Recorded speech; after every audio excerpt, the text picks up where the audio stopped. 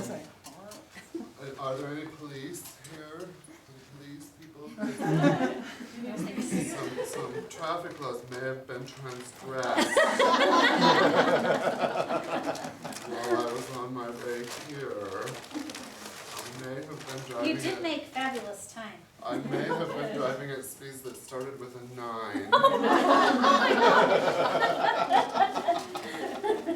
may have been going 95 miles an hour on a 65 freeway, so don't tell my wife. I apologize. I had you on my calendar for 11 o'clock, so I'm grateful that you even stayed. I'm embarrassed, and I'm happy to be here. And with no further ado, we're just going to jump in and go. So I'm Warnock, and I'm the author of some books. This is the newest one. It's called More Forgotten Skills. And this is the first one. It's called Forgotten Skills. And this is the Troubles on the Menu. And Backyard Winter Gardening, which is why you wanted me here today, right? And then I have a yeast book. Did anybody bring a copy of the yeast book? no, but I have it. Yeah, I was going to say, a lot of us have it. I can't keep a copy of that yeast book because every time I get one for us, then the next day my wife said, somebody was telling me that they have problems with gluten and wheat, and so I gave them your copy of the book. Okay, I have a question. Have they So I never have a copy at my house. I can't even make my own recipes because I don't have a copy of my book. That's the truth. Because I think I had like the first edition, and it had several places in it that was like, except go to page, and then put like you'd done hashtags or like that was going to be inserted later. Yeah. Well, Has that been fixed in the that's newer? been fixed, yes. How? I So should trade you out then. only, Just go tell his wife that you have gluten. only I'm the one that everybody gets the yeast Yeast starts from. I broke my bottle. I broke my yeast. only the righteous get the first edition copy. You can tell how soon I bought it, huh? Thank you for buying it. I appreciate it. Yes, that has been fixed, and I've also moved on to a new publisher.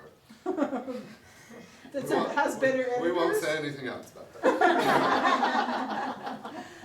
So my goal here today is to be useful to you, and so I thought I find the best way to be useful to people is to yell at them.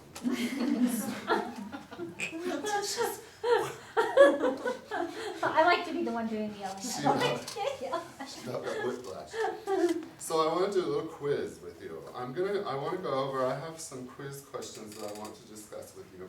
And then I'll talk to you about winter gardening for a few minutes, and then we'll all go away. By the way, I loved in the prayer that we called it a harvest day. I love that. Today is a harvest day. I think we need to get into the mindset that every single day is a harvest day. 365 days a year is a harvest day. And it'll change your life when you start thinking like that. I'll help you. Question number 1. And I was just leisurely going, I was literally outside at the car when the phone rang. I was leisurely going to go to the grocery store, which I hardly ever go to buy some things for a demonstration today. So imagine that I have sitting here a bottle of apple juice and a Red Bull. Do you know what a Red Bull is? Mm-hmm. You have teenagers, do you know what a Red Bull is? A can of Coke and a package of Kool-Aid. Okay. Apple juice, Red Bull, Coke, Kool-Aid. Here's the quiz question. Which one of these items is most dangerous to your children? Red Bull. Red Bull. He's going to say the obvious because he's wanting us to say apple juice. Apple juice. Oh, you guys are too smart, aren't you? I read your book, so I knew. Oh, How come apple juice is... He's going to tell us, huh? That's not good. so why is apple I just juice? bought a case of apple juice. I did too. My kids. You did? Yeah. Oh, you should have brought I think one. I it's could have not used so it right here. I know, I'm thinking, I don't have the Red Bull, but I have everything else. Okay, so she's guessed that Well, I have a Dr. Pepper instead of a Coke, but she's guessed that it must be the apple juice that's the most dangerous to the children. So now I'm going to ask you which is least dangerous to the children: the apple juice, the Red Bull, the Coke, or the Kool-Aid? Kool-Aid. Why is that? because it's nothing. And you use real sugar. We don't See, use it, because so it, it's you use not real Oh. sugar. There's no yeah. sugar in it unless you add it, and there's no carbonation. Does it have gelatin in it or? Anybody want to give me a guess as to why apple juice is the most dangerous thing you can give your children? I So don't know. it's kind of sugar. No, they don't. Is it the pesticides in the apple? What did you say? The pesticide. Oh, for heaven's sake, people. Do any of you have children that you care about? Obviously not. Raise your hand if you have children that you care about. I thought- Several of you did not raise your hand. They're adults now. You can deal with their sense. Okay, that's a moment of levity, but now I'm going to be deadly serious. What is it that your children are most likely to die of? Oh, heart disease and No. diabetes. What kind of diabetes? There's three kinds of There's three diabetes. kinds? I thought There's there's type only 1, there's type 1 that you're born with, type 2 that you put into your mouth, and type 3 which is Alzheimer's and dementia. Did you know that? Yeah, No. That's new research. They're now calling Alzheimer's and dementia type That's 3 what's diabetes. How do you get type 2 diabetes? Because, Diet. well, Theoretically, sensitive, it's actually gluten eating by the mouth. by the mouth. By the mouth. Not gluten, I said gluten, but I Okay. meant to say. What is alarming to most nutritionists is that about 5 years ago, I think it's been 4.5 years ago, the Centers for Disease Control announced that this generation of children that we are raising now is going to be the first generation in the history of the United States To live less than to have a lifespan that is shorter than their parents. That's correct. And why did they say that would be? Because of type 2 diabetes and complications thereof. That is the most dangerous thing that your children are facing. They are most likely to die of type 2 diabetes and its complications. Where do you get type 2 diabetes? from your mouth. At it says. home. You get type 2 diabetes at home. How do you get type 2 diabetes? This is the most dangerous thing facing your children. You all should know this if you enjoy your children. That's correct. Do you know anything about spiking your glycemic index? That's it. Yes. What happens when you spike your glycemic index? More insulin is released. That's correct. More insulin is released. Eventually, what spikes the glycemic index? High sugar. Any kind of No, sugar. carb, Any well, Any carbs kind too. of sugar spikes the glycemic index. Now, she's telling us that carbs spike the glycemic index too. She's talking about starches. Did you know that the body digests white flour exactly as though it is white sugar? There is no difference. Oh, We have. have We have paper. we have an odd hobby at my house. We have developed an odd hobby. We were the weird neighbors. Before the economy crashed, we were just the weird people because we were self-sufficient and we hardly ever went to the grocery store. Now we've developed a new odd hobby, which is that there is no one in my family who has issues with glucose, but we have gone and purchased a glucometer from Walmart and the test strips, and we go around testing and charting everything that we eat because we're just weird. Well, like first step you is test admitting it. after you eat something. You test before and you test after, yes. So the reason that I'm telling you this information is Yeah. because this is what your children are facing. You don't have to take my word for it. You can use this thing called science. You can go to Walmart and get your own glucometer and give your children a piece of white bread. Test their glucose before and test their glucose 20 minutes after, and you see what happened to their sugar spike. White bread and then you do the. You stop bread, talking. Okay. This one is mouthy. I gotta keep an eye on her. I had no sleep last night. White sugar, white flour, white rice. So again, the question is, which is most dangerous to our children? The apple juice, the Red Bull, the Coke, or the Kool-Aid? You don't have to take my word for this. You can go test it yourself. It's not even that expensive. And I would do this if I were you. I'm really serious because this is the issue your children are going to be facing. Apple juice spikes the glycemic index higher than Red Bull, higher than Coca-Cola, and higher than Now, do any of you have this satanic invention called a television? Any of you let Satan into your house? Raise your hands. Guilty, guilty, raise your hands. I want guilty parties to raise their hands. Have you let Satan into your home? Do you have a television? Yes. If you let your children watch any children's programming, you will notice that every other commercial on there is for what? Food. No, it's for juice. And you don't have to take my word for this, you can go do your own research like I've done. The top 10 juice companies in the United States, which take in more than $1 trillion a year, are all owned by Coke and Pepsi. Why? Why are Coke and Pepsi so interested in owning juice companies? Because people drink that, they make money. Because if you can hook a child on juice early in their life, guess what they transition to in adulthood? Coke, Diet Soda. Red Bill. That's right, they transition to soda. So if you do not like your children, this is a lecture today about what to do if you do not like your children. If you do not like your children, you should let them watch television and drink juice in the morning. Yeah. And again, you don't have to take my word for this, you can go test this yourself, it's very cheap and easy, yes. Is it exactly the same if it's fresh squeezed, fresh made juice, organic? It's exactly the same. It doesn't matter if it's organic, it doesn't matter if it's laced with pesticides, it doesn't matter if it's fresh squeezed or if it's been sitting in the grocery store shelf. So how do we eat our juice? We eat it. We eat it. You give a child an apple and it does not spike their glycemic index. You give them the equivalent amount of apple juice and it completely spikes the glycemic index. Why? What is the difference? No fiber. That's correct. Your body has to have soluble and insoluble fiber in order to slow down the glycemic index. If you had any interest in your children, and I mean if you had any interest in your children, you would know these things, because if you are at home killing your children, you have to take responsibility for that. I'm sorry to be frank with you, but that's true. I asked which one of these was the least dangerous to your children, and we just voted that it was Kool-Aid. Do you know why it's Kool-Aid? Anyone want to guess why it's Kool-Aid? Does anybody know what this is? Stevia. That's correct. This is a stevia plant. Any of you use it? Any of you grow it? What's the great thing about stevia? It's natural sugar, and it has no sugar in it.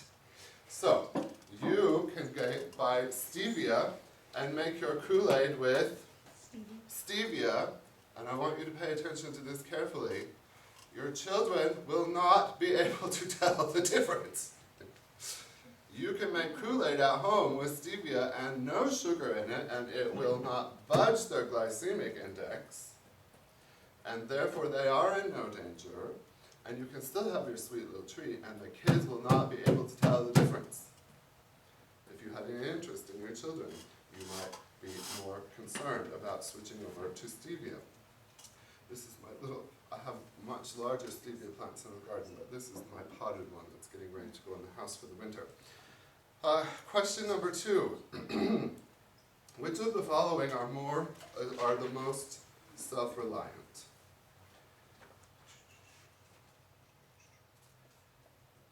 Define self-reliant. And That's kale. This is kale. That's correct. You define self-reliant for me. What do you think self-reliant means? Well, it might mean something different for me than it will for that.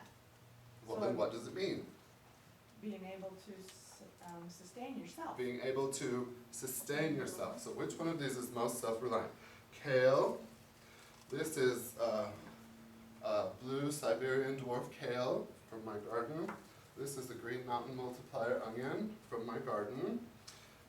This is a Snow Fairy tomato from my garden.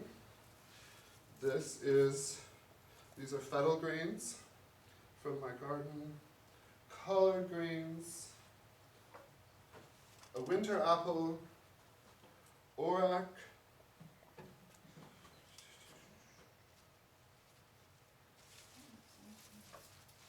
wheat from my garden. This is a mountain rose potato from my garden. And these are Indian woman yellow beans harvested yesterday from my garden. Which one of these is most self-reliant? Kale. Why? Because it'll grow back without you turning It can grow all year round and has the most nutrient value. Okay, go ahead. I'm gonna go with the Green Mountain onions, Why? because you can, once you plant them, if you take care of them correctly, you can have a long time, years and years and years worth of onions. Okay, yes. Were any of those self-pollinating? That's a good question. This is self-pollinating, this is self-pollinating, this is self-pollinating. This, this will cross. This is self-pollinating. I know the answer. Yeah, what's All the of them, if you save the seeds. That's halfway correct. Oh. That's halfway correct. The first part is correct. They're all the most self-reliant things that you can grow in your garden because you don't have to do anything. These are all self-sustaining vegetables. If you plant orac once in your garden and don't eat all of it and let it go to seed, you'll have orac in your garden every year for the rest of your life. Orac is a cousin to spinach and it has more nutrients in it than spinach does. How do you spell that? I was just gonna ask. O-R-A-C-H. Is it good? This is vernal red orac. Is it good? It's delicious, yes. It's a type of spinach? Yes. So do you cook it the same way? It's a Triplexus hortensis, and you can eat it fresh or you can cook it just like spinach. This is America spinach. This is the world's most winter hardy spinach. It also does great in summer. I just pulled this out of my garden I planted it just a couple of weeks ago, probably 3 weeks ago I planted this from seed. Wow. And What did you say, what kind of spinach? this is self-seeding. This is self-seeding. Do you know what I mean by self-seeding? This is the way that people have eaten for thousands of years. They plant something once and it plants itself every year after that. Self-seeding. Self-seeding. It's America spinach. Colored vates. Self-seeding. Blue dwarf Siberian kale. Self-seeding. These are the most self-seeding beans in the world. These are also the rarest beans in the world. What were they called again? They're called Indian woman yellow. The yellow bean? Fettle greens. Plant them once, you'll never have to plant them again. Multiplier onions. What's this gentleman's name here? Tom. He's correct.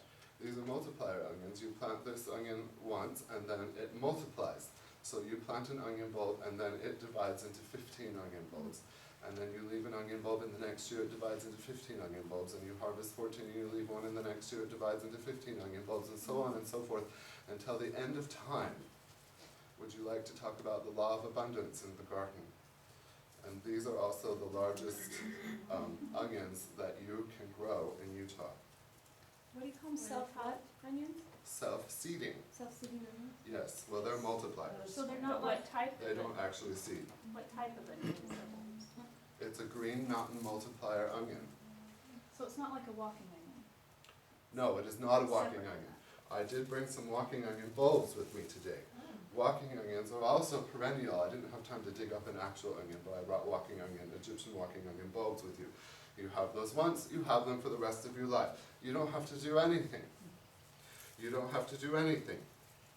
These are mountain rose potatoes. These are the only potatoes that you can harvest 3 times in Utah and save the seeds from, the seed potatoes from. I plant these on New Year's Day every year in my greenhouse, in my geothermal greenhouse, which has no artificial heat or electricity. I plant them in there and then I harvest the first crop on Mother's Day. I harvest 3 crops of these potatoes a year. This is perennial wheat, some of the rarest wheat in the world. You plant it once and it grows back year after year after year, and you can harvest it year after year after year. Can you get that when you say it's rare? Pardon? Can you get that? You say it's rare. Can you Yes. get seeds for I that? am the only one in the world that sells the seeds for Green Mountain multiplier onions commercially. I'm the only one in the world that even grows this wheat and sells the seeds. I am the only one that sells the seeds for this. I created this vegetable myself. I'm the only one who sells these seeds. What was that again? This is snow fairy tomatoes. These are self-planting tomatoes. They not only only do they self-plant every year, but I have tested this, I do extensive testing. These self-planted tomatoes ripen tomatoes at the exact same day as the same variety raised in my greenhouse. On their own. Et cetera, et cetera, et cetera. The question I have is, why did we give up, if these vegetables all seed themselves and take care of themselves in my garden, because I'm an enormously busy person, I don't have time to have a fussy garden. So I love having self-seeding vegetables. Why isn't everyone growing these things? Because they have no interest in being self-sufficient, that's why. Condemn yourself if you're guilty. Condemn yourself if you're guilty. I was going to bring my quote from President Monson, and it looks like I didn't get it in. But in the new enzyme came out yesterday, but the one before that, did you see President Monson's thing in the beginning? It was called, Are we prepared? it's called Are We Prepared, or Be Prepared, one of those two was the Yeah, title. it's our- And in there he said, we have a supply of what and a lack of what. Did anyone read it? I read it. Yes, that was good. That was good, if we can just remember what it was. I know, but I know what it was. Okay, what was it? We have a supply of Things that we don't need, debt, lack of, we have a yes. supply of debt and a lack of food. Go look it up. Last month, Yeah. enzyme. It was so Are we prepared? We have a supply of debt, Yeah. he said. He said, I wish I could have brought the quote with you to read it to you, but he said, we have been urged over many years to have a supply of debt. Not by him. I may be misquoting the prophet here. Do you? Would you go get it? Because I'd rather read. I'm Oh, pulling it she's up. pulling it up. Okay, good. Will you Is pull it it, up? which enzyme, it's in the enzyme, right? September. Yes, in the Oh, he September said President's ensign. message. Yeah, September's what the. If you'll read that Are you paragraph, prepared? I got it. it's probably the 7th or 8th I was paragraph just in. gonna say, which paragraph? It's not the 7th And or it's 8th the paragraph. last sentence of the paragraph. But read the whole paragraph. Mine still, I had to download it. I'm trying to find it. I have it on my tablet, but I Can don't I know ask read you a on my question phone. while Yes. we're waiting? Saw the blurb on Facebook. Can you start your Is this own it? yeast Yeah, this is it. for bread? Don't get ahead of me. This is Yeah. my speech. Don't get ahead of me.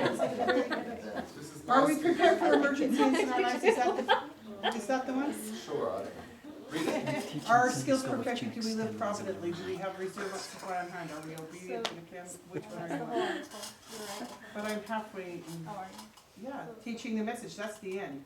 We live in turbulent times, often the future is unknown, therefore it behooves us to prepare for uncertainties. Well, those are all good quotes. We'll take all of The those I time too. saw that blurb on Facebook, so I don't know if it's actually part of that. You people with your It is useless part of it. technology, I shall come to the rescue. Pay off your Yeah, debt, it was was like, that one? it was. Oh, I would come to the rescue. if I could Here figure it out is, how we to- found it. Found it. Okay, So- where We urge all Latter-day We urge, Saints. yes. This right. That's Yeah, it. we urge Latter-day That's Latter-day it. Saints to be prudent in their planning, to be conservative in their Read living. it slowly. Start from the top and read it slowly. Take a deep breath. I want you to really listen to Okay. this. I want you to listen to this. We urge all Latter-day Saints to be prudent in their planning, to be conservative. Prudent in their planning. Don't spend too much time planning then. To be conservative in their living and to, Conservative in their living. We'll talk about that in a moment. and to avoid excessive or unnecessary debt. Debt. To avoid debt. Yes. Many more people could ride out the storm-tossed waves in their economic lives if they had a supply of food and clothing and were debt-free. Today, we find that many have followed this counsel in reverse. In reverse. They have a supply of debt and are food-free. I take that as a condemnation. I repeat, oh, you don't want any more. That's why this book became a national bestseller, is because the economy collapsed. Before the economy collapsed, we were the weird people in the neighborhood. After the economy collapsed and people were losing their jobs suddenly, people wanted to know what was going on. Let's just talk about that really quickly. Okay. I have, Because I told you to be quiet. You did a good job reading. You did a good job reading. When the economy collapsed in 2008, in 2009, suddenly we started being much more interested in having ward gardens and state gardens and learning how to cook. Me and my wife knew that something scary was going on because before 2008, from about 2005 until 2008, you could go to any yard sale along the Wasatch Front and find what? Canning supplies. Canning supplies. I got it. I kid you not, I went to a yard sale one day and it was about 4 in the afternoon on a Saturday and they were just closing up and they had more than 100 canning jars sitting out there that nobody had wanted and I said, can I buy those 100 canning jars for $1? And they said yes. Oh, my goodness. My wife and I have given away more than 1,000 canning jars to families in need because we have gotten them from people who had wanted to get rid of them. More than 1,000 canning jars we have given away. We knew something was heading in the wrong direction because people no longer were living conservatively. Is that what he said in there? We should be conservative in how we live. We were not doing that anymore. There was, where I live in Alpine, have any of you ever been to Alpine before? Alpine is known for the humble cottages that people live in, right? The humble houses, the humble $5 million mansions. That's what Alpine and Highland are known for. In 2010, in early 2010, we had a special multi-stake meeting where we were yelled at. I will never forget. Because, and this is the words of the stake presidents who were speaking, 40, I want you to listen to this very carefully, 40% of the households in Highland and Alpine were having their utility bills paid by the LDS Church. Oh.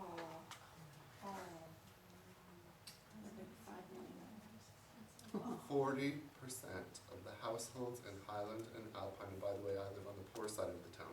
There are older ones. You can't tell that we're the poor side of the town because the rich people call us the poor side of the town because we have chickens. Oh. Yeah, chickens. So we live on the poor side of the town because we have 1 acre, I have an acre and a half lot. 40% are having the utility bills paid by the LDS Church. Where do we pay utility bills from? No.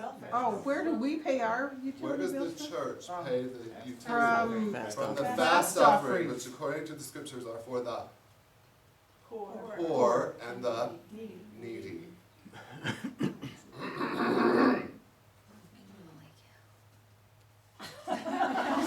We don't live in Alpine.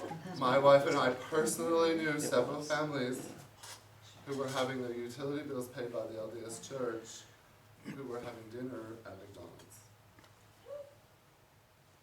Now, let's switch that over with my grandparents. I grew up in a little town of 98 people out in the middle of the West Desert. And when my grandpa was, and I forget, I think he was 21 or 22, he had just come back from military service. And he had managed, and before that he'd raised and sold vegetables. And between what he was paid for military service and what he had saved before that, he had managed to get together $4,000. And he went and purchased a cute little house on Main Street. And then he went to my grandmother, who had taken the train in from Enterprise, Utah. And he got down on one knee. This is a slight exaggeration of what actually happened, but this is the story I like to tell. He got down on one knee and he said, I just paid cash for this house, it's mine, will you marry me? And my grandmother looked at the house and she looked at my grandfather and she looked at the house and she said, yes! And for the next 60, 70 years, my grandparents lived in that house with no mortgage and raised 6 daughters. With no mortgage and 6 daughters. And my grandparents would have starved to death before they would have let someone pay the utility bills for them. My grandpa's dead now. My grandma has that type 3 diabetes. She doesn't remember who I am anymore. But they would have starved to death before they would have let their neighbors pay their utility bills, and they would never have gone to McDonald's for dinner and then asked the church to pay their utility bills. So when President Monson says, we have a supply of debt and a lack of food, I think I have some insight into what exactly that means, because the people around me are living like that. It's time for us to change. We can do better. There is no reason that you can't. Anyone with 10 square feet of land should be able to grow any of this, and you can't give me any excuse because this is self-seeding vegetables. You have to do nothing. You have to do nothing. You don't have to plant. All you have to do is harvest and eat. You have to do nothing. Okay, you might have to do a little bit of work with these. If you know how to grow them in straw, it'll take you about 5 minutes. Caleb, do these all grow in the winter? Most of these grow in the winter, yes, but you're getting ahead of me. Okay, sorry. You're getting ahead of me. Okay. She gets to ask questions. Oh. That was only one. Well, the Celestial people got the first edition copies, and the Telestial people asked questions, so calm down. My goal is to help everyone, and I like when I go around giving this speech. Have any of you heard this speech before? Because I've given this speech to thousands and thousands and thousands of people. In fact, I'm giving it to 1,500 people next week. I like to say that the title of this speech is I Don't Care About You. Because that's the truth. I don't care about you because I've met you, I know you. I've given a lot of speeches, and some of you will go home and you will make changes in your life, and some of you will not. But the people I care about are the children and the grandchildren. Because if you are raising up a child to have a supply of debt and type 2 diabetes, then you are going to have to answer for that. We need a nation full of children who are going to be strong and useful. And if you have a child who grows up to be 40 years old and has type 2 diabetes and can't do anything and is on government welfare, they are not useful to the rest of the nation. I don't mean to say that they're not useful in God's plan of salvation. I just mean you need to be available to be helpful to the people around you. There are people that need help and there are people that provide the help. We need people who can provide the help. We have enough, I almost said a swear word, we have enough people who need the help, who are choosing to make themselves sick. We don't need that anymore. You cannot say, this is number 3, you cannot say that you are prepared for an emergency unless you have which of the following? A tuning fork, a magnifying lens, a bowl set, a thermal oven, a soapwort patch, or a yucca patch. What patch? Yucca. Yucca. It's a plant. I'm going with yucca, because Well, you have the one on first the one table. is so. Let's back up a little bit. Does anyone in this room care about I think he's going for the preparedness? tuning fork since he has one, Leah.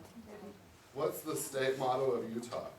Be prepared. No, that's No. Boy Scout. Deseret. Deseret. The state motto of Utah is thou shalt invest in MLMs, right? Right. That's what I think.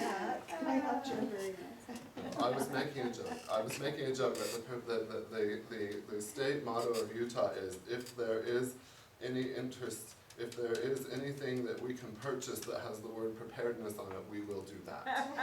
If there is any tin can full of powder that someone tells you you need, we will purchase that and put it in our basement.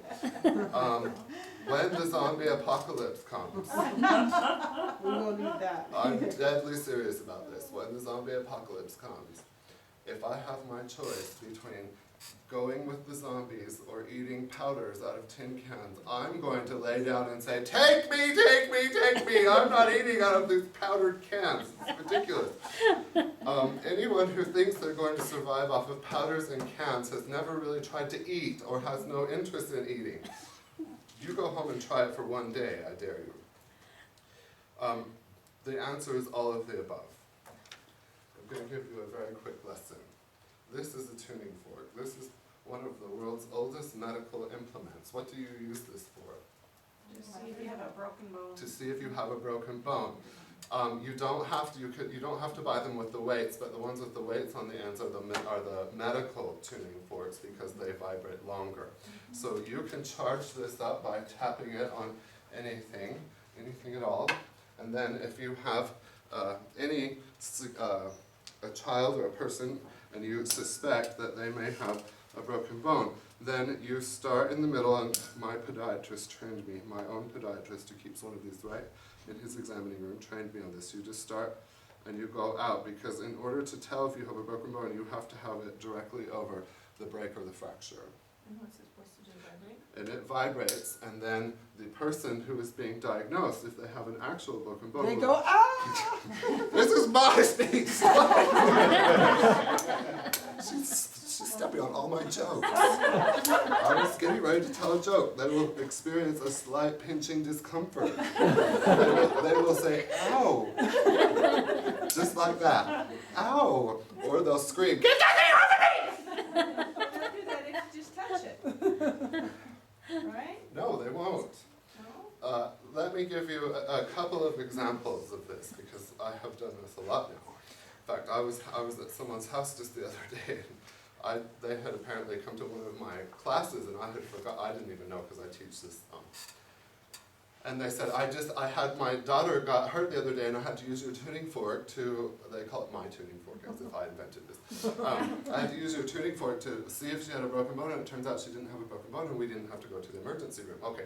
One day, Xander, who is now 8 years old, this was when he was about 5 or 6 years old, we were putting up a new fence in the pasture behind our house, and I asked Xander to go and grab something, and he took off, and he's a beloved boy. And he took off at a dead run because I'd asked him to go get something. Only I had left the rake sitting on the ground in the pasture with the tines sticking up. And Xander was literally at a dead run, and he stepped on that rake, and it came up and cracked him right in the head. He was screaming so badly and so loudly. This is to answer your question of won't it hurt even if they touch it. He was screaming so loudly and so badly that I was sure his skull was cracked. I was sure his skull was cracked. In fact, I thought he'd broken his nose because he'd been hit right here. And he was bleeding everywhere, blood everywhere, screaming at the top of his lungs. Before I was trained on this, what would we have done? You would have Packed him in the car to the emergency room, right? So we charged this up, and we did a thorough examination, and he had no broken bone. And 20 minutes later, he was calm and he was fine, and the next day he was fine, and the next day he was fine. So we didn't have to go to the emergency room because we knew how to do this. Now, earlier this spring, Xander was at the backyard, and he had gotten a hold of a hammer and some nails, and he was doing something. And his little sister, who was less than 1 year old at the time, he was hammering nails into a stump in our backyard. And his little sister, who was less than 1 year old and could just barely walk, was very curious, and somehow in between him hammering, she stuck her finger in there, and he must have hit the end of her finger, but nobody knew anything until she didn't even cry. Xander looked down, and her finger was gushing blood. And so Xander started screaming, so Cora started screaming.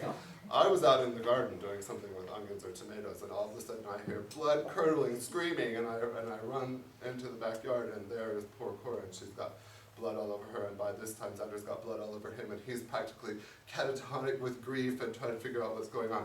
So I ran into the house and grabbed this, and I put that on the end of her finger, and she said, ouch, and it was immediately obvious that she had broken that end, and she didn't say ouch, that was a joke. As soon as I touched it on there, it was obvious that she had a broken bone. So we took her to the emergency room, and indeed the end of her finger was shattered into about 8 pieces. So the point of this is that we can be more self-reliant simply by knowing whether or not we have to go to the doctor. By using this thing, which costs $10, you can diagnose. And if you don't believe me, you can just go to your podiatrist and he will show you just like he showed me. Very simple, very easy. You can also use this to diagnose if a bone is healing, because you can use this on known breaks, and as soon as the known break stops hurting, then you know that the bone has started to heal up.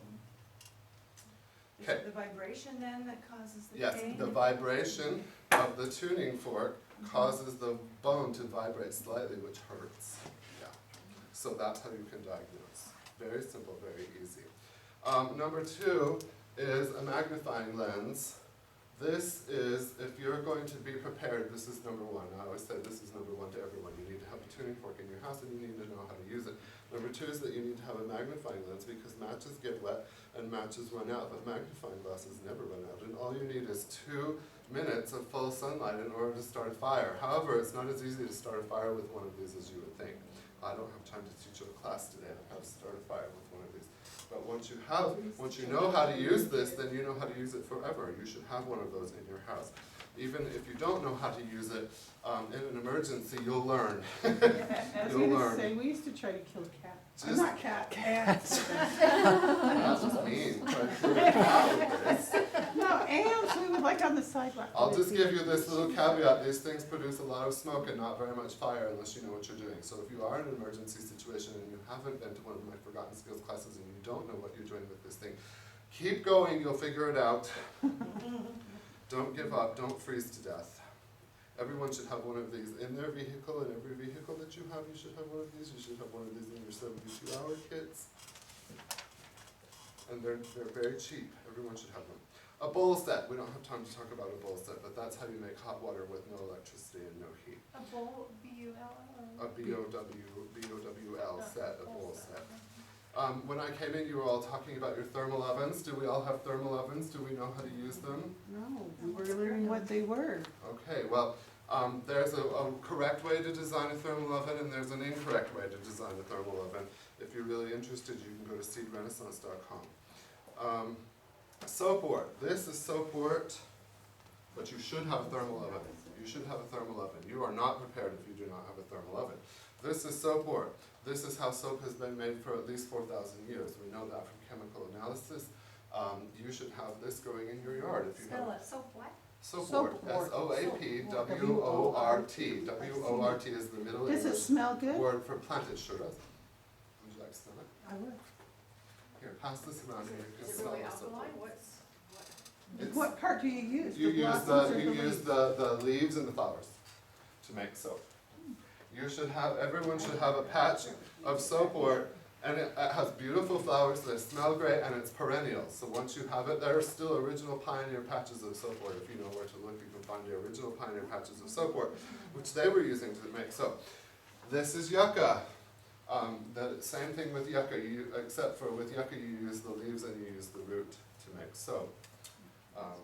So everyone who is interested in preparedness should either have soapwort or yucca, one or the other. Thermal oven, you must have a thermal oven. Okay. Is the yucca also self-seeding? Yucca is perennial. Okay. It'll outlive you. It's the And one so that, will, and it so has will the. the, so will the soapwort. It will Doesn't outlive it you. have one that has a spike with like white flowers on top? Yes, and those white flowers are edible. Yes, Really spike, nice. big spike with white flowers. Those white flowers are What if you edible. have too much shade? Okay, next question. Take out a No, I work In with case that. of an asthma attack, and you don't have access to an inhaler, what do you do? Cold water? I don't know. In case of an asthma attack, do any of you have any interest in children? Do you know asthma is on the rise? My whole plate. Asthma cases have tripled in the last 10 years along the Wasatch Front. Why? Allergies. Because of our inversions, because of our winter air quality. Those particulates get into your lungs and they cannot get out. They're it's a crisis situation, but again, nobody cares about children, so we don't care. If you are prone to asthma, or you have a child that's prone to asthma and you don't have access to an inhaler, or you're like me and you have decided not to use inhalers anymore to treat yourself because we practice herbal medicine in our house, what do you do? Go in the shower, Correct, that's step number one. Why do you do that? because it's what makes me feel better, and I don't know why. but All that's what works. asthma is environmental. So the first thing you do is wash. If you have an asthma attack, the first thing you do is wash. Even if you just have a bottle of water with you, what do you wash? If you only have a bottle of water with you, what do you wash? I would wash my hair. Hair, Face. hair and face. That is absolutely correct. Hair and face. Why hair and face? Because that's what the pollen gets. Because that's where the pollen is getting stuck in it, or the dander is getting trapped in your hair and in your face. It's best to take a shower. The first thing, for example, I have a very strong allergy to corn pollen. So I have to be very careful with corn, even though I grow corn in my own backyard, and I grew up on a farm where we made corn, and I had to be taken to the emergency room several times. And I have had asthma ever since I was a kid, and I no longer have to use an inhaler. The first thing you do is you take a shower. The second thing you do is what? Herbal, think herbal medicine. What are we doing? Peppermint? No, not peppermint. You want to enlarge your bronchial too somehow. Do any of you use herbal medicine? Okay. Like How do you oils treat and your stuff. allergies? How do you treat allergies with herbal medicine? Peppermint, lemon, and That's doTERRA, not herbal medicine. Yes. How about you? You know what? I should know the answer. Nettles. You asked me this Nettle. question, so oh, now I The do answer do is nettle nettle. and myrrh. Nettle Nettle. and myrrh. You take nettle infusion or nettle tea every day. Are you smacking my cascading teeth? Stinging nettle. Stinging nettle. Stinging Like nettle is a you plant pulled that that grows out. wild in the mountains, and if I had time I could teach you a whole class about this, but the short answer is, wherever the problem is, within 20 feet is the answer in nature. Wherever the problem is, the answer is within 20 feet. Stinging nettle is a very strong antihistamine. You take stinging nettle tea or infusion every morning, and then you will have no problems with allergies. You will have no problems with pet allergies, you will have no problems, and it will dramatically reduce your asthma symptoms. So that's number one, maintenance, because herbal medicine is great at prevention. That's what herbal medicine is great at. If you have any interest in preparedness, then you would be more interested in herbal medicine. What? do you know if it helps food allergies? Yes, it helps food allergies, absolutely. It helps Nettle all does? allergies. Do Pardon? you grow nettle in your yard then? No, I don't grow nettle in my yard because it is stinging nettle. I It know, is so stinging how do nettle. you get it? Well, if you know where to get it, you can go harvest it, or you can just buy it. Oh, So okay. nettle tea, or you said nettle infusion. Or nettle infusion. What is that? I prefer Like a nettle pill? infusion. No, that is not a pill. Okay, maybe one day you'll have to take an herbal medicine class. Okay. Does that only grow at altitude, or does it grow, I mean, up in the mountains and the canyons, or does it grow down in the valleys? Well, I live at 5,000 feet, and it grows at 5,000 feet. What is the infusion? It's Water? just kind of. It's a class. It's called an herbal medicine class. It's Y'all need to take an herbal medicine class. It's like tea. But you Then the use next thing is, so we're taking nettle on a regular basis. Nettle also, by the way, is a natural source of stamina and strength. So if you're a person who feels tired, the answer is that you should be taking nettle infusion every day anyway. Just take it every morning, nettle infusion, so that you don't feel tired and you have more energy, and it calms all of your allergies down. Then immediately what happens if you are having an asthma attack, you immediately need to make a tea of oregano and yarrow, which should be available to you. And then you can add some mallow root. Oh, got that. You can add some mallow root in there because mallow root is mucilgelatinous. Mucilgelatinous, I can't say that word. And cuts the phlegm. Also calendula, astragalus, and other things. But oregano and yarrow should be easily available to you and will have an immediate effect and saved my life last year when I was having an asthma attack and I was alone. Okay. Next. If you have any interest in preparedness, you might get a little more interested in herbal medicine. You're only here today because of herbal medicine, by the way. So in the news lately, there's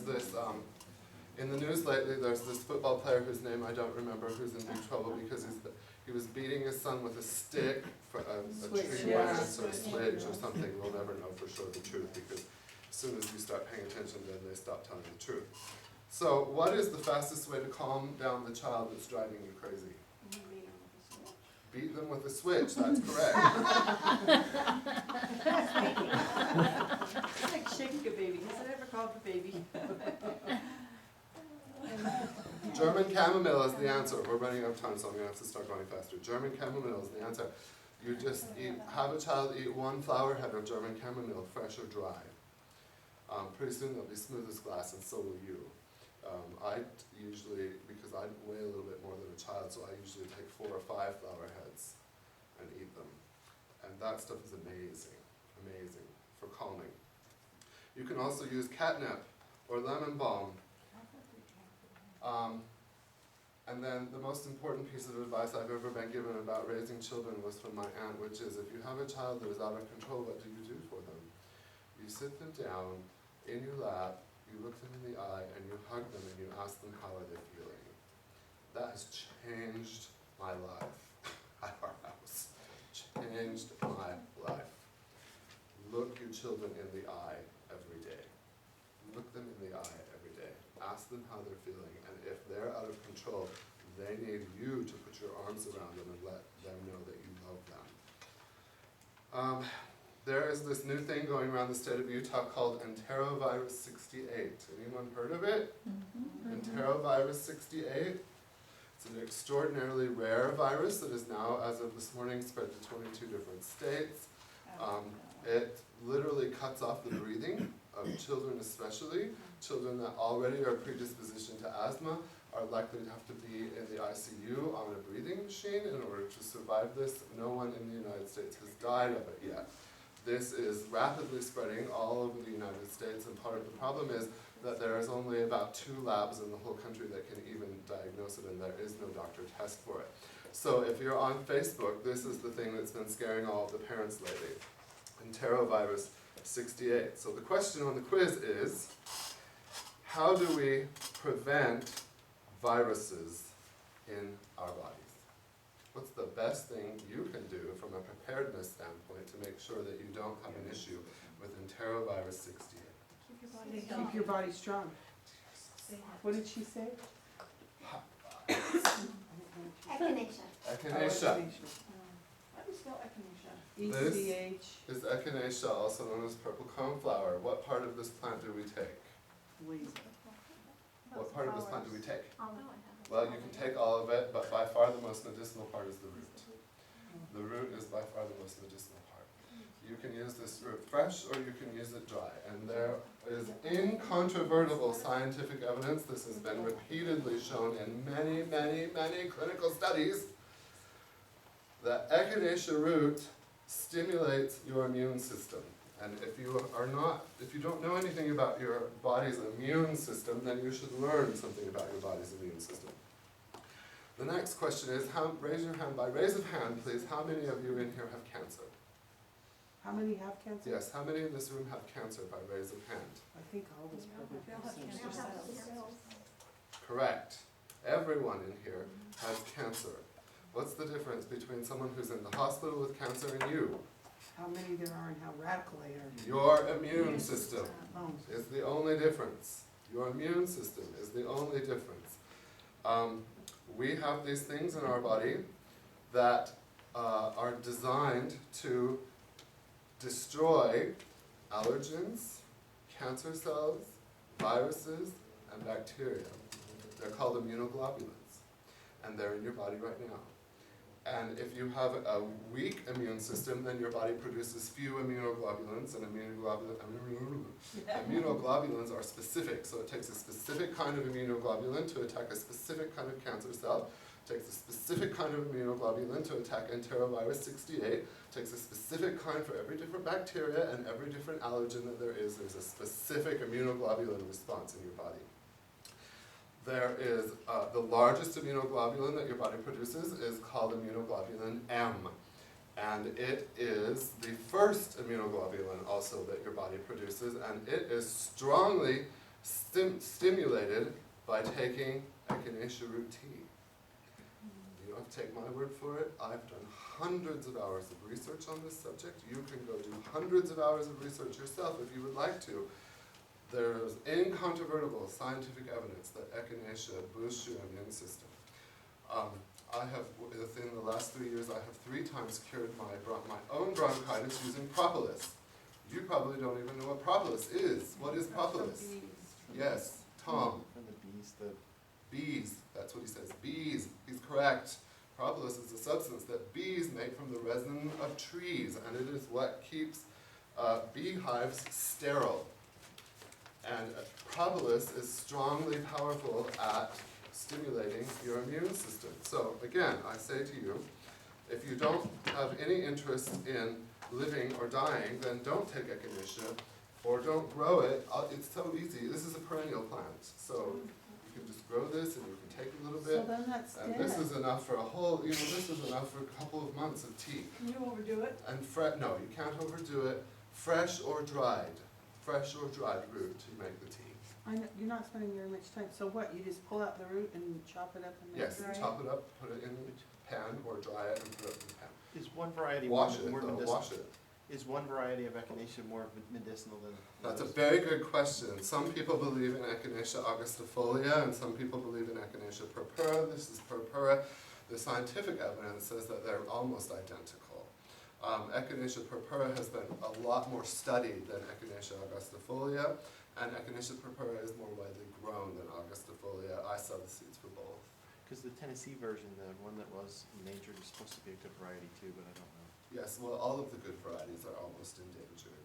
Yeah, there are 8 different varieties of Echinacea, and only 2 of them are available commercially.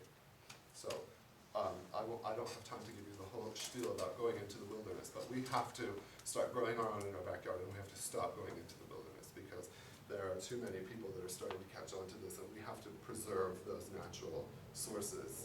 These are the same kind, like I have growing in my front yard. It's kind of a purplish pink flower. Right. And Pink coneflower. You need the purple, So because the hybrids are not medicinal. Is this the purple coneflower? This is purple coneflower.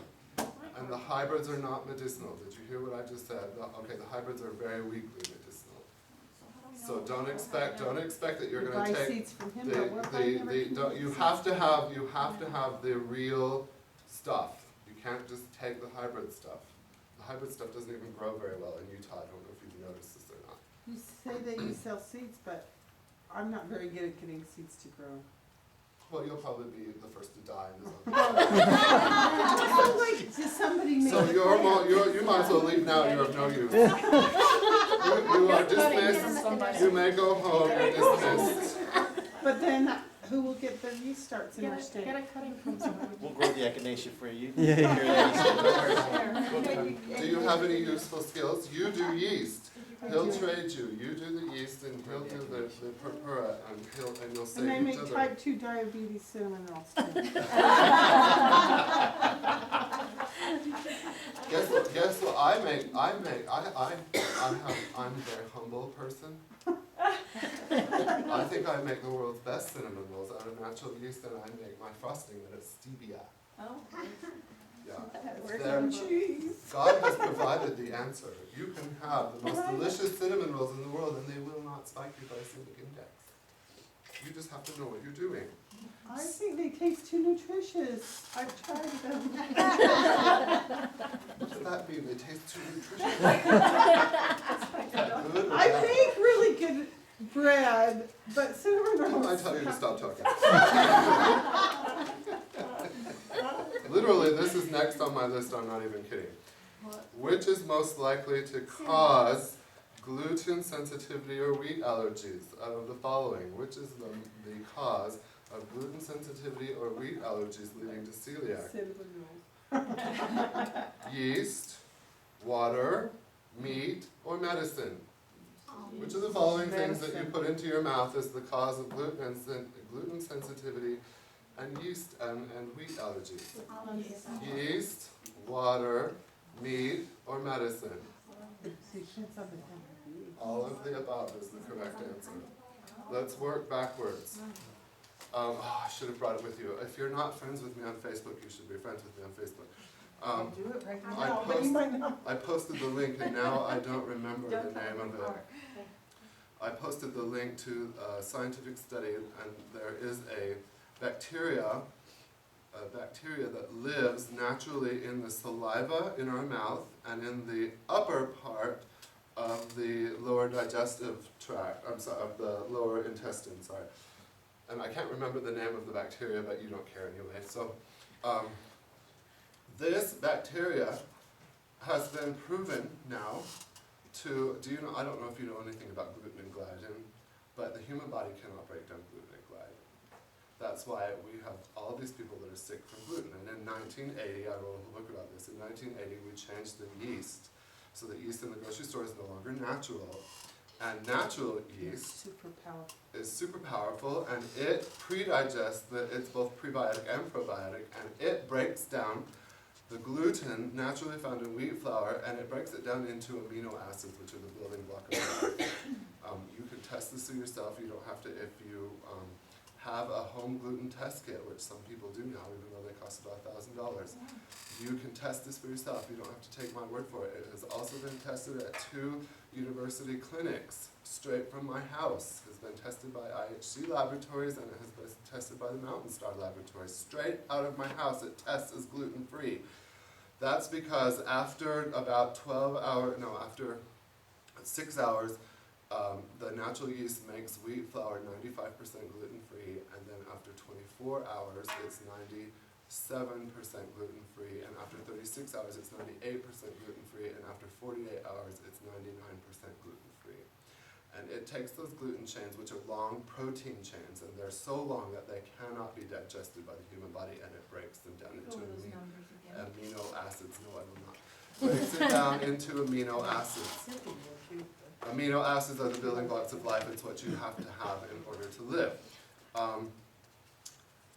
So the question is, which one of these things is making us sick? Well, we now know that there is a bacteria in the saliva and living in the upper digestive tract that breaks down the gliadin and breaks those proteins down so that they can be digested by the body, so that it does not cause an immune response. The immune response, by the way, your body, your villi in your intestinal tract get inflamed, and over time that inflammation becomes chronic, and then over time that turns into celiac disease, and celiac disease can make you ill.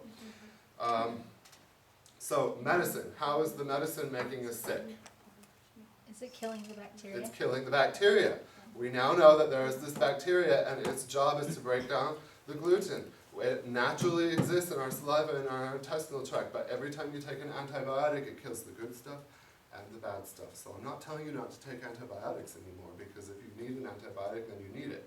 I'm going to tell you that at least half the time when you take them, you probably don't need it, but I'm not a medical doctor, so I wouldn't listen to me. President Obama's telling everybody not to eat it. Please don't say that.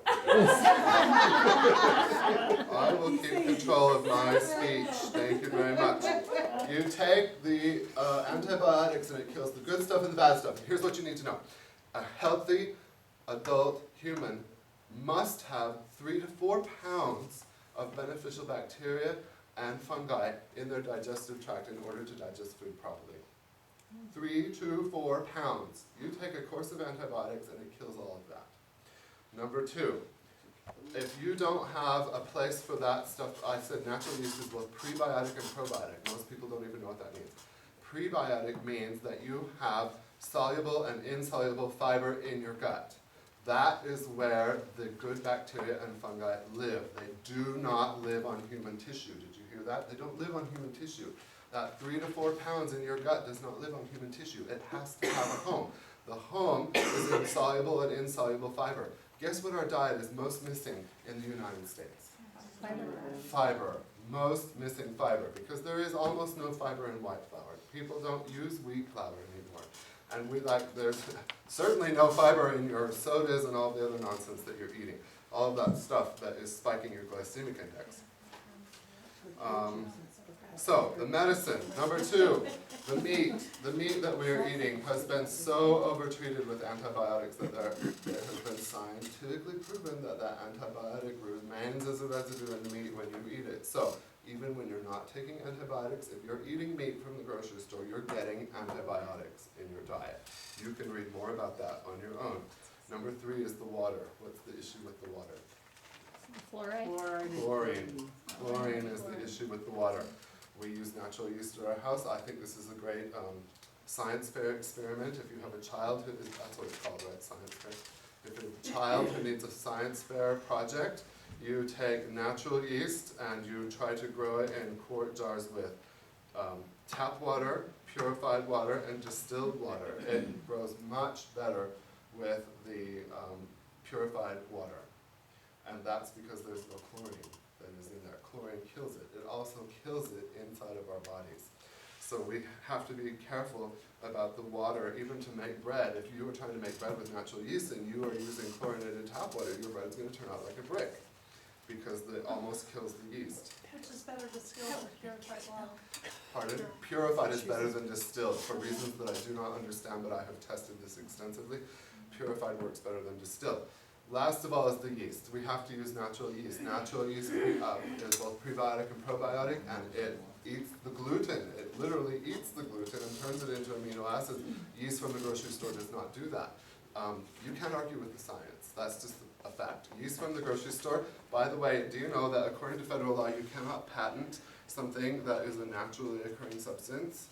Did you know that you cannot patent something that's a naturally occurring substance? Because then I could go around and patent every tree. I could patent anything that Mother Nature made. I could patent it, right? In order to patent it, it has to be something that you've created. Did you know that every yeast in the grocery store is patented? It even has a patent number on it. None of it is natural. They spend huge sums of money, hundreds of millions of dollars, building these safe, clean facilities so that they can grow out that yeast to sell you so it won't be contaminated. That yeast is now, it's called quick rise and rapid rise yeast. It was invented in 1980. And you can go to those companies' websites and they will tell you right on the website that it was created in their laboratory. It is patented and it is a living thing, but it is genetically modified and it does not eat the gluten, and that's why everyone is getting sick. What about the yeast that aren't the quick rise and rapid rise yeast? What about them? Well, are they patented or are they just as bad for you? They're patented, yes. Every yeast in the grocery store is patented. Because they're not all the rapid rise. They're almost all. It's about more than 90% of them. And the other stuff has been modified as well. Oh. I don't have time to give you the whole speech Okay, about this. okay, just because I know I don't use the rapid rise in my cinnamon rolls. I have to buy this specific one that's not. But I don't use that. I'm sorry you couldn't make 30 pounds of cinnamon rolls. It would take too long. No, it wouldn't. If you had a thermal oven, it would be easy. I would have to have 20 thermal ovens. No, you wouldn't if you had my design.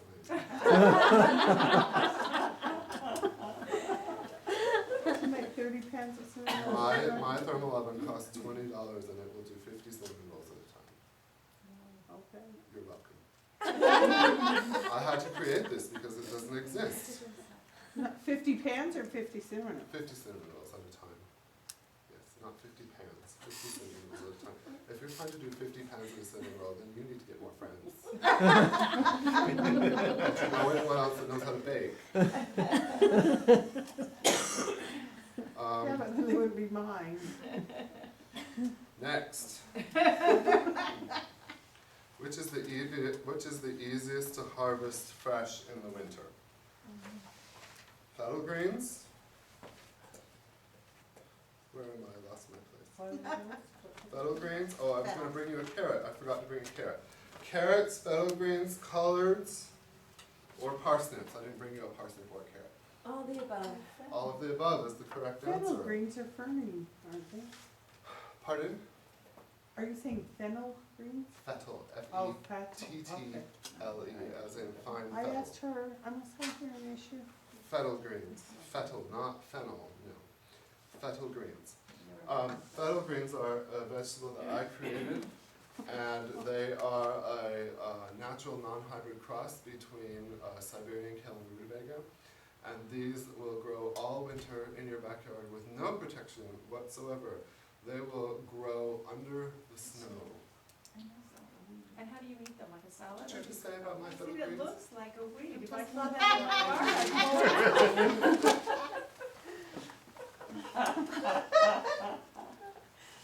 Zombies, party of one. You could step out into the zombie apocalypse. You think this looks like a weed? You're not very if familiar I with saw it in my yard, You're I not would very see it. familiar with the Those are brassica family, are you? Hey, You're not very familiar with the brassica family. Anyway, How do you eat it then? Just, you cook it, or is it like a salad?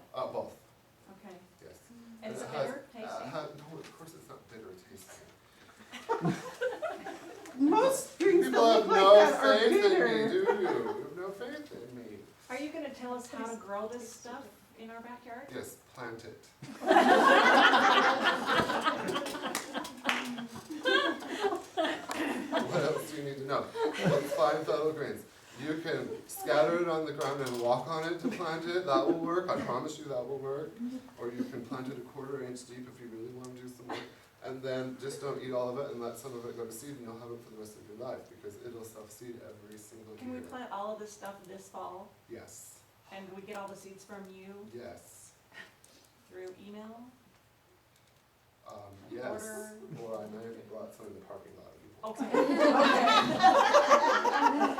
Chew out that. See, my company is seedrenaissance.com. What? Seedrenaissance.com. If I were a better business owner, I would have told you that already. Seedrenaissance.com, I would have printed something Okay, I don't know how to out. spell Renaissance. Can you spell We'll it? do it. You R-E-N- start typing it in on your phone. R-E-N-A-I-F. Ari, I don't have it. You know what, I'll put it on the order form too. okay. Thank you. Okay, I don't know how to spell Renaissance. Should we Oh, go look, to I seeds that forget way? I have this. yeah, I'll do the seeds and the stuff. I'll just put it on the order form so we don't have to kill Okay, anybody. seedrenaissance.com. What were we talking about? Oh, easiest to grow in the winter. All of those are true. If you don't know how to grow carrots and parsnips in the winter, then please refer to my first Forgotten Skills book. It's very easy. Okay, next. Quiz. Which of the following are the most important? Which of the following seeds are the most important seeds? The I'll go with the stevia plant. That's what I would. This is called triple perennial wheat. So we're voting triple perennial wheat, Green Mountain multiplier onions, wintergreen jewel romaine lettuce, which I didn't have time to bring you, deep winter lettuce, which I didn't have time to bring you, Gabriella lettuce, which I didn't have time to bring you, and the Indian woman yellow beans. Which one of those are most important? The answer is all of them. Why? Because they have good nutrients. Why? Carbs, proteins. Well, a lot of them are greens. I mean, a lot of them Oh, are you people different. are just making crap up. Because they, You have to have the greens. they come back. They're most important because You can grow them in wood. I'm the last person on earth who has them. If you've read my first book, then you know that 93% of all of the vegetables that were available, all of the vegetable seed that was available for sale in the United States in 1903 is now extinct. 93% is now extinct. Why? Because they've altered it to GMO.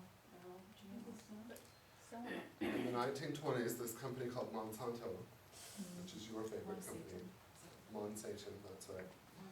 Sometimes I even make people sing the Monsanto national anthem, but I won't today. Even Xander goes around the house singing the Monsanto national anthem now. Am I great or what? In the 1920s, Monsanto figured out that since the dawn of time, seeds had been grown in the backyard. And they had been self-reliant. And they figured out there's a huge business model in artificially pollinating seeds, keeping the parentage a secret, and then telling everyone they're improved. And calling them hybrid. So since 1920, Monsanto has been doing just that, hybridizing vegetables. Monsanto, and this is not an internet rumor, you can go look this up for yourself, Monsanto is now the largest owner of seed companies in the United States. And whenever they purchase a seed company, what do they do? Kill it. Modify it, they kill They it. phase out the heirloom seeds. Why do they phase out the heirloom seeds? Because heirloom seeds are the seeds that you can grow your own seed from. Right? Like has been done since the beginning of time. Heirloom seeds are these. These are heirloom seeds. Well, not all heirloom seeds are self-seeding, but you cannot have self-seeding vegetables without heirloom seeds. So they wanted to get rid of the heirloom seeds, and they're doing a very good job. So that's why 93% of the seeds that were available in 1903 are now extinct. I am the last grower in the world of these beans. These are the fastest maturing beans. No one has tested more varieties of beans than I have, and I mean nobody has tested more varieties of beans than I have. These are the earliest maturing beans that you can grow in Utah. These are the last. I have about 200 of them that I grew out this year. They're not available anywhere else in the world. Where did you get them? That's a long story that I don't have time to tell you. These green multiplier onions, I'm the only commercial provider of this seed in the world. Fennel greens I created, I'm the only commercial provider of this seed in the world, on and on and on. So, I'm trying to be useful by trying to keep these things alive, trying to keep them. This perennial trippled wheat, I think, is the most important wheat in the world. It was created in the United States. It belongs in the United States. There is none left in the United States. I searched for years and finally found a grower in Ireland who may or may not have illegally shipped me some seeds. I really shouldn't say that. In Ireland, which was the last grower I could find in Europe anywhere that had this, and now I have been growing it for 4 years at my house so that I can sell the seed so that we can keep this perennial wheat from going extinct. Can you tell us, would it be like a white or a red wheat, or somewhere in between, or? This wheat is a red wheat. Okay. It's a White hard, wheat it's a is- hard red. Is that hybridized stuff, isn't it? No, Isn't it's white not. wheat, That's it's not? not true. Okay. Don't spread rumors. Anyway, my point is, right here, in my new book, the More Forgotten Skills book. Oh, look, there's my cute, cute grandkids.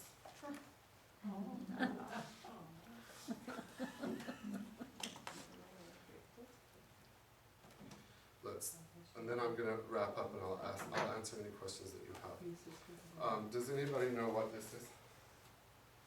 It is. What is this? A deed, a certificate, what is this? What's it say at the top? I can't see. So you can get, what is it? It's a coupon for food. It's a coupon for food, like the kind of coupon you take to Smith's. Ration. That's the ration. It's an original World War II ration book. It's an original, this is another copy, this is an original, this is one of my most prized possessions. It's very difficult to find ration books from World War II that still have ration stamps in them. I have 3 ration stamps left in this book. In 1943, what could you get for 3 ration stamps in this book? A cup of sugar. You couldn't even get close to a cup of sugar for 3 stamps out of a ration book. What did you get for 3 stamps in 1943? Tell us. Why were we rationing in 1943? Because we were in a war. Why? Why were we rationing? Specifically, why were we rationing? Because there wasn't enough. Because the farmers were all at war and somebody was growing it. We were sending. No, they were sending food There was a We were war sending food going to the on and there troops. wasn't very much supply. Because it turns out that when you go over to Hitler's Germany and you knock on the door and you say, "Hi, we're here to annihilate you. If you could just point us to your nearest Costco, we will stock up on supplies and we will be right back." Is that how war goes? Is that how war goes? That's not how war goes. We were producing in 1943, 1942, 1944 enough food to either feed the troops or to feed the nation. We did not have enough to do both. Did you hear that? We had enough food production to feed the troops or feed the nation. We did not have enough to do both. So we had to create these ration books. In 1943, for 3 stamps in this ration book, you could get a can of peas or a can of beans. That's what you got. You got 1 ration book a month. You could get a can of peas or a can of beans. You couldn't even come close to getting a cup of sugar, let alone meat, let alone tires, not even near gasoline. That was all ration stuff. This is an original, this is not a copy. Victory Edition War Gardening and Home Storage of Vegetables Guide from 1919. You know that in 1919 we were in the middle of World War I, right? We were in the desperate middle of World War I in 1919, is that right? You were near the end of the war. The war ended in autumn of 1918. So why do we have a 1919 war gardening guide? If the war ended in 1918. People needed. Why did we have a war gardening guide in 1920 and 1921 and 1922 if the war ended, I think, in August or September of 1918? Why? Continue to be self-reliant. Yes, that was it. We were super concerned. No, that's not it at all.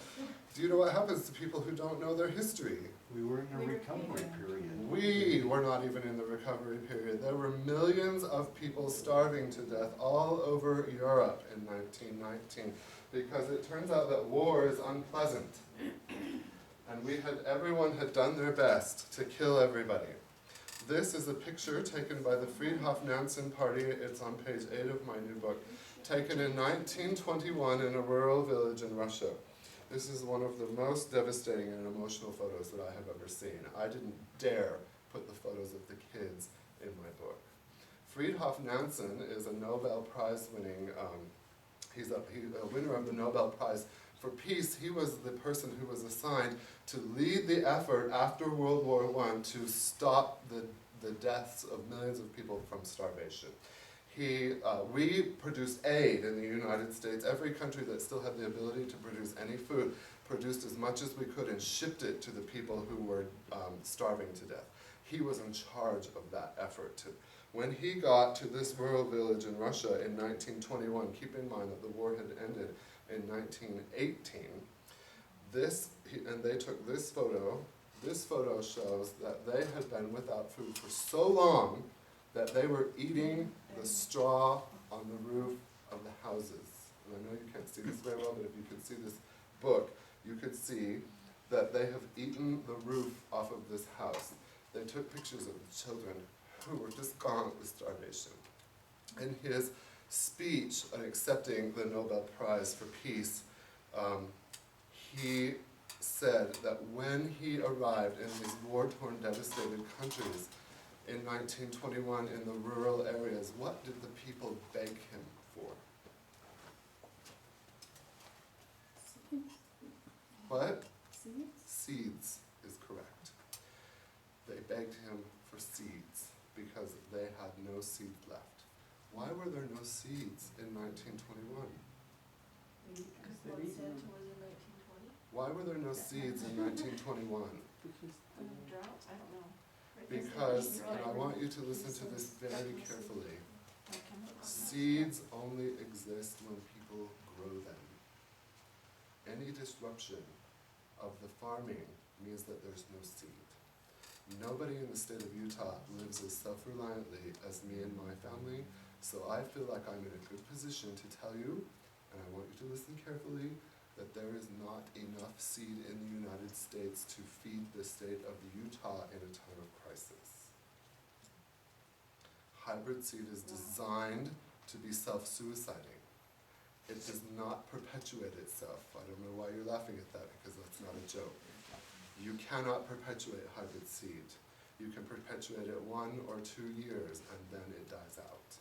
Sometimes it doesn't even do that. It's self-sterile. There is not enough seed in the United States to feed the population of the state of Utah if we had another crisis. We have been warned. We have been here before. We did this after World War I. We did this after World War II.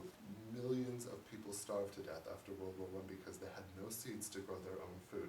And there's no way that we in the United States, who were the people in 1919 who had the most food in the world, and we barely had any food, there was no way that we could keep those people from starving to death. Despite our best efforts, millions died. World War II, we repeated this all over again. We have been warned.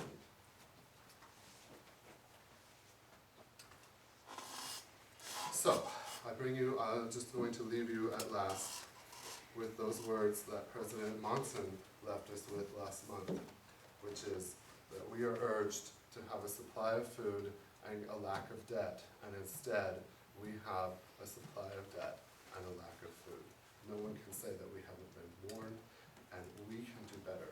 When I started this, I told you that I don't care about you. That's correct. I don't care about you, but I care about the kids and I care about the grandkids. I need you to go home and ask yourself, check in with yourself and say, are you teaching the kids and the grandkids lessons about self-reliance or lessons about debt? Are you teaching the kids and the grandkids lessons about how to eat or how to have type 2 diabetes? Are you teaching the kids and the grandkids how to have the LDS Church pay 40% of the utility bills in 2008? Or are you teaching them how to live like my grandparents who never had had a single day of a mortgage in their whole life. We can do better. We can make changes. We can do better. It's easy. You can grow self-seeding vegetables. Even if you're a moron, you can grow self-seeding vegetables. In the name of Jesus Christ, amen. I'll take any questions. How do you start your own yeast? You get a start from her. You can start with, supposedly with organic grapes, but I've not been successful. But can I ask, The best yeast, yeast is, it's in the air. yeast abides by the law of abundance. So yeast is all around you, it's in the air, it's on your skin. The best yeast for making bread, it naturally congregates on wheat. And I take the wheat that I grow out of my garden and start it from that wheat. That's the best. The best, the yeast that is on grapes is best for making wine, etc., etc., etc. Okay, see, that was a different How do you address. Next question. Caleb, how are you growing most of these in cold frames or just right in your gardens and letting them snow? I've Googled your website. Yeah, I wrote a whole book about this. I know. Yeah, She has it. She has it. I have your books. then you shouldn't need to ask I this know, but question. I just, yeah, I had to look at it. Yeah, exactly. But I haven't. How do you harvest your wheat? And how much do you grow just enough carry it wheat around out for of your? looks? You just carry it around, what do you mean you haven't? It's quite new to me. Why did you not read it? How do you grow enough wheat to harvest? Karen, she's asking you. So do you put them in your cold frames or your cold boxes, a lot of your stuff, or do you? In the winter? Yes. Yes, Yes. yes, Okay. yeah. Can we come look at your box? I was gonna say, Oh, yeah, we can need we a come field trip. up to your house? Seriously. Well, it's only September, there are no boxes out. I know, but we kinda wanna see when it gets colder. Do you let people come? Sometimes when I give a class, I usually let people come when I give a Okay, class. and how do we know when your class is? Well, Then you just become sign up for friends. my email newsletter. Okay. So, do we And how just, do we is it do that? Facebook or do we just email you? You can do, if you buy something at seedrenaissance.com, you're automatically on my Okay. email list.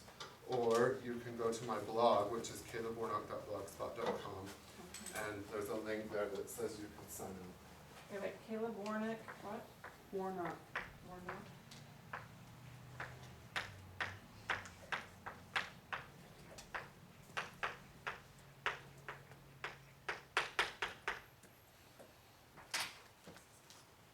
Other questions? Yes. I always hear about rotating your crops, and if you're having stuff reseed, are you putting compost in there? How am I gonna They rotate themselves. get up and move? They move 4 to 10 feet every year. So you don't grow anything in grow boxes then? I grow almost everything in grow boxes. So how do they move? Like how my strawberries got out of my grow box are now in the pathway in between, is that how they move? Yeah. That's the only thing that's growing in strawberries and parsley But is all I grow strawberries this are year. invasive. Yeah. This is a little different. They actually. Is that Warwick stuff can I taste it, just going on the, Sure. is that okay? Mhm. Is it sitting up? I don't wanna make it unpack. Next question. Do you have a list of all of these seeds? Oh, yeah, I asked him that twice and he never. Yes, I do. I have a list of all of these seeds. It's at I asked him. seedrenaissance.com. He's going up in your yard. How long do the seeds last? I'm a beginning gardener. I don't know how long the seeds last. It depends on the variety.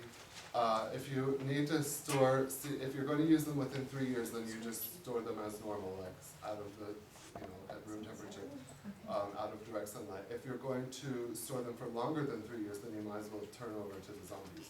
I want a continued supply always. So the freezer doesn't? If you're storing them longer than 3 years, they need to be triple sealed using the Archimedes principle in the freezer. Okay. Yes. Do you have anything anywhere written or on the internet that explains how you grow your wheat? Because I'd like to try that and I don't know where to start. Yeah, it's called Seed Renaissance. It's right there. Well, that's where you buy them, but does it say Believe it explain or not, I how? also provide instructions for growing. You do? Oh, Good. Just stevia. I'm just generous like that. If you were Not to- only will I grow sell you the stevia? seeds, I will tell you how to grow it too. If you were gonna start with like 5 things instead of like, because this is kind of overwhelming, what 5 things Why would you is this start with? overwhelming? Well, it just. I just told you all the easiest stuff in the whole world. It just Is it overwhelming to you to have a self-seeding garden that takes care of itself I and have does a all of the very work? self-seeding garden that grows weeds really well. Is it overwhelming to you to have? Is But it then what overwhelming did to you you- to be told that there's a way to garden where you do no work and all you do is harvest food? Well, But I think not it's all of about us have an space. acre and a because it- half. It's space, that's what it is. Yes, some of us have very small Yeah. yards. I don't, I mean, I don't count my pasture. Yeah, so Like he's what- getting snotty. Do you use getting uppity and snotty here? Pause it, take a half acre lot or a quarter I acre mean, lot. I don't know how else to help you. Like, I've Do you told grow you. enough wheat in you, to harvest or do you purchase wheat as I well? purchased some wheat, yes.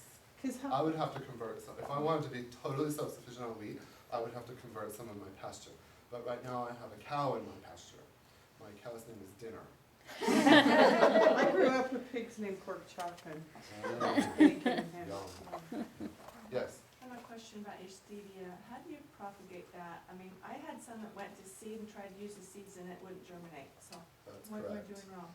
Yeah, don't do that. So how do I propagate it? Go to seedrenaissance.com and read the instructions there. Do you have recipes how to use all I of was this just gonna ask. after we harvest it? Yes. I Okay. do.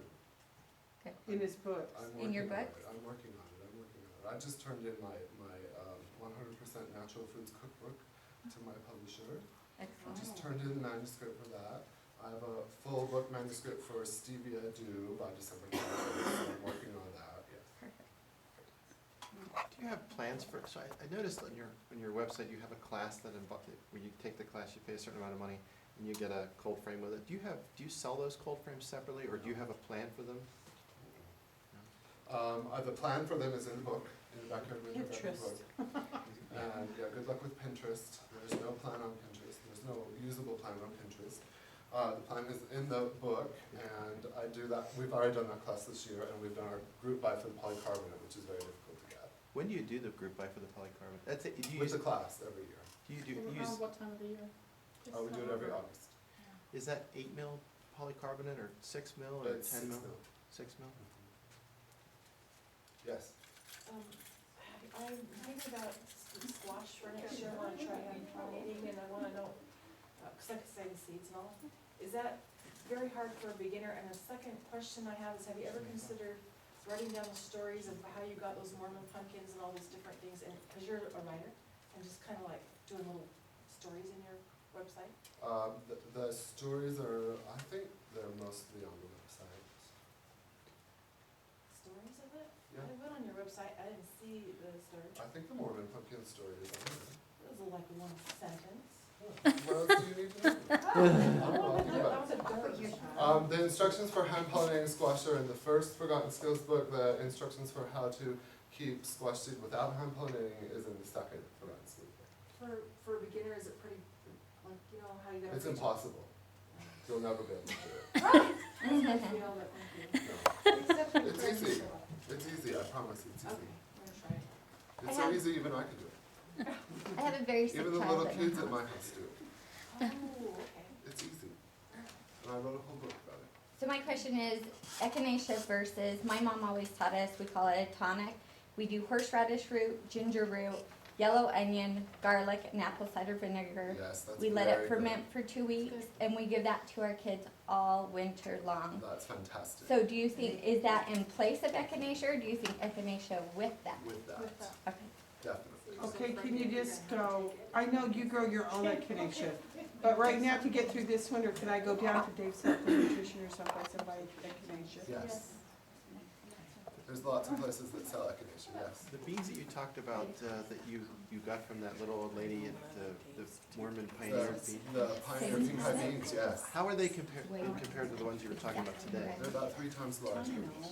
But they don't grow as quickly as the ones you talked Well, about. they do. But you sell both seeds varieties. Yes. Do you recommend growing both varieties? Sure. I mean, they have different purposes. The amount by pound of harvest that you're going to get from Pioneer Pink Eye beans is much larger than what you're going to get from the Yellow Indian Woman. But the Yellow Indian Woman, when you're trying to be self-sufficient, you want to spread your harvest out as much as you can. So the Indian Woman Yellow are far earlier. Do they last longer as well? No, they don't. Will they cross with each other? Do you need to keep them apart from each other if you're planting? They are self-pollinating before the flower opens, so they do not cross. How do you feel about essential oils? I use some essential oils. However, the more you learn about medicinal herbs, the more you know that just using the, and I know that this is a controversial topic, so please don't lynch me for saying this, but there is more than the oil in the plant that is of use. So, for example, when I had scalded my lungs last year, and that's a long story that I don't have time to tell you, but when I had scalded my lungs last year, and I had no cell phone, and I had no inhaler with me, and I was about to die of an asthma attack, if I had used oregano essential oil, I would be dead. But because I used the fresh oregano right out of my garden, I'm still here. There's a difference between an essential oil, which has its medicinal uses, and the whole plant, which has its medicinal uses. Did you eat it or take time to make a tea? I didn't have time to make a tea, so what I did is I made a half tea and then I ate all of the soakings because I had no choice. Because the body digests it a lot faster as a tea.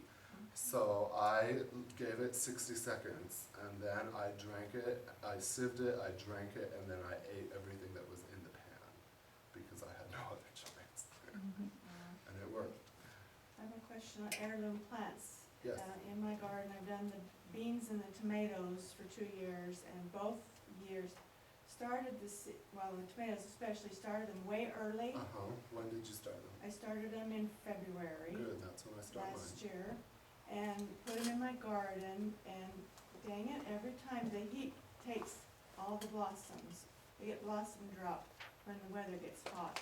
And I have had to wait until it starts to cool off to even get fruit setting. How do you work with that?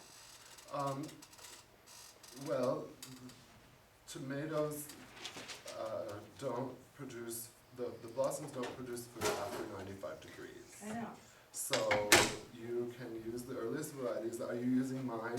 some of them. Some of them. So the earliest variety that you can get is Stupice, and you just have to deal with it. You can Wait from February put- till August before it'll set fruit. You can put a shade cloth over them to try and encourage them, but I don't. I just leave them, and then I harvest all my tomatoes when they come on. Okay, and they didn't do any better than the ones that came up volunteer and didn't sprout in the garden until June. And I've got tomatoes on them both at the same time, so Yes. What kind are those? I don't know. I don't know, they were volunteered. Well, then you are blessed. That's the law of abundance. So why did I go through all that work in February and baby those plants all 6 months before, So you could be bitter. So how do you, okay, cause, Because you don't, the problem is you don't know how many self-volunteering tomatoes you're gonna get. that is true. And you don't know if they've crossed. You don't know if they're open. You don't know if they're potato leaf varieties or if they're tomato leaf varieties. And They're so, edible. and so, yeah, absolutely, they're edible, but will they sustain from year to year is the question. So, Yeah, I don't know. I know you don't know. That's why I'm saying. That's why you did that from Yeah. February. Okay. Plus, from February, you get to be in charge of the varieties. Yes. me? Yes. Okay. I like to can. I mean, do you use stevia in your canning? Like when you can your Jams and for? Well, I don't even care about jam because, but like your peaches. I only can two things. I can peaches and I can grape juice. Everything Yay, else, 'cause everything I like else I all those freeze. things. Everything else I freeze. Because, Even pears, dehydrate pears. Yeah, that's like candy. well, I don't put up pears. But if I were putting up pears, I'd probably can them because they taste better canned than they do frozen. Anyway, what was the question? What do you use for the syrup? Oh, no, you do not use stevia in canning, no. Do you No, use sugar then in canning? Yes, we use very little sugar. Well, I do mine like, gosh, probably a fourth of what they tell you in the recipe. That's correct. I use like Kool-Aid, a cup. A cup? I put a cup of sugar in 2 quarts of water. Oh, no. that's too much. That's an eighth of a cup per quart. Oh, that's all? Oh, wow. An eighth of a cup per quart. No, that's Quart about of what I fruit do. per quart Cause of 2 water. quarts, I make the syrup with 2 quarts of water. Per quart of water or quart of fruit? No, just put an eighth of a cup in the jar. Don't make a syrup. Just put an eighth of a cup in the jar. Whether you're doing grapes or whether you're doing pears or whether you're doing Oh, I don't peaches. put any in the grapes. I don't put any sugar in my. Well, if you put an eighth of a cup in the grapes, then you get 3 quarts of juice because it becomes concentrate. You get 3 quarts of, you can make 1 quart of grape juice into 3 quarts of juice at a dinner table. If you put sugar in it? If you put an eighth of a cup of sugar in, Oh, okay. yeah. Because I put, Or you can use stevia afterward. I do steamed juice and then I put like a half a cup of Don't sugar. use steamed juice, that's ridiculous. Okay. They- You just put the to grapes do- in the jar then? Yes, you put the grapes in the jar, wash the grapes, remove most of the stems. This recipe is in my new book. This is the best way to make grape juice. It makes the most gorgeous, delicious grape juice, believe you me. You just, you can put a third of the jar full of grapes, or if you want concentrate, you do half of the quart jar full of grapes. And then an eighth of a cup of sugar, and then, you know, fill it up with hot water and pressure can it for not pressure can, water bath it for 15 minutes. Okay. Don't steam it, Why? because it makes Kills. ugly, murky, if you steam it, makes ugly, murky grape juice with those big acetic acid crystals Right. in them. Those drags, so you know what the drags. With the dregs, yeah. If you do it that way I just told you, there are no dregs. And it's Really? crystal clear juice. And it has a brilliant flavor. It's just Because delicious. I too have. And it's so much like faster and so hundreds much of canning easier. jars. Yeah, we do about 100 cans of, 100 quarts of grape juice a year, and it's far, far easier, far, far faster, and gorgeous, crystal clear, absolutely. And then you seamless take juice. 1 You'll quart never go back. and you make 3 quarts of grape juice. And then I take 1 quart, if I fill the quart halfway Then I can get full rid of of my grapes, steamed then I juice. take 1 quart and I add 2 quarts of water, and make 1 quart into 3 quarts. So you never use Don't this- use grape juice, so don't use juice. That's right, you just put the grapes in the jar. But then when you make the juice, what do? You just strain it? It makes its own juice. And you just, But then you have chunks. You just pour it oh, no, on. you just strain it. You have to strain it anyway when you, What I meant was, you when say you don't steam drink it, juice. because you have all those crystals. Yes, in it. don't drink So either juice. way, I Oh, you wrote a I whole just blog strain- about I just this. pour it. see I the strain strain are. it. I wrote a These whole are blog on about this. this. Do you Uh, have we- any others before? Not this We one, that's only what I'm drink writing juice down. when we're having family dinner, 'Cause so you have that lots of and we're complications. eating food that's not gonna spike our glycemic index. Okay. Glycemic index is a If you get you where you wanna semi-complicated do, situation, but you don't just I'm gonna go go pick drink Jen- grape